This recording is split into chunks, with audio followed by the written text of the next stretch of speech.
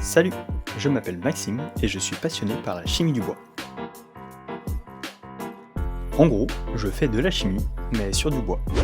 Mon projet de doctorat porte sur la transformation du bois en fibre de carbone. Une fibre de carbone, c'est un peu comme une fibre en acier, mais 10 fois plus résistante et beaucoup plus légère. Ces fibres sont utilisées pour renforcer plein de matériaux, comme les coques de téléphone, les cadres de vélo, les skis ou encore dans l'automobile. Mais comment peut-on passer du bois à une fibre de carbone? En réalité, le bois est constitué de 3 ingrédients principaux: la cellulose, l'hémicellulose et la lignine. Moi, je n'utilise que la lignine parmi ces 3 ingrédients car c'est celui qui contient le plus de carbone. Pour séparer la lignine du reste du bois, j'utilise des ingrédients très simples: un peu d'eau, de l'alcool et de la chaleur. Je mets tout ça dans un réacteur, je ferme et j'attends 1h30. Le principe est simple. La lignine est le seul des 3 ingrédients à se mélanger à l'alcool.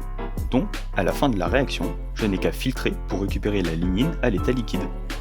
Pour que la lignine retrouve une forme solide, je la fais précipiter.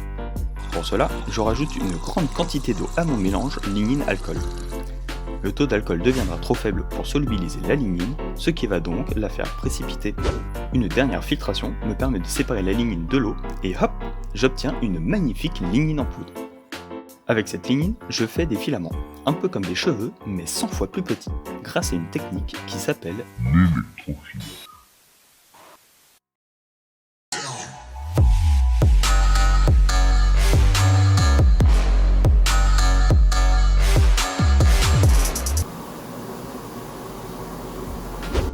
Plus sérieusement, la lignine est solubilisée dans un solvant, puis insérée dans une seringue, elle-même placée sur une pompe. En face de la seringue, il y a un collecteur qui est relié au pôle négatif d'un générateur de courant, l'aiguille étant reliée au pôle positif.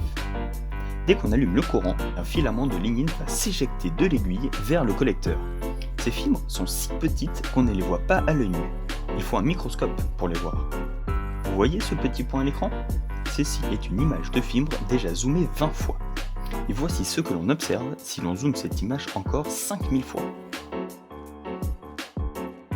Une fois les fibres de lignine créées, on les chauffe graduellement jusqu'à une température avoisinant les 1000 degrés Celsius pour les transformer en fibres de carbone. Cette étape s'appelle la carbonisation. Ces fibres de carbone seront ensuite intégrées par exemple dans le processus de fabrication d'une pièce de voiture pour la consolider. Merci d'avoir regardé cette vidéo, j'espère qu'elle vous aura plu, en tout cas c'était un plaisir de vous la partager.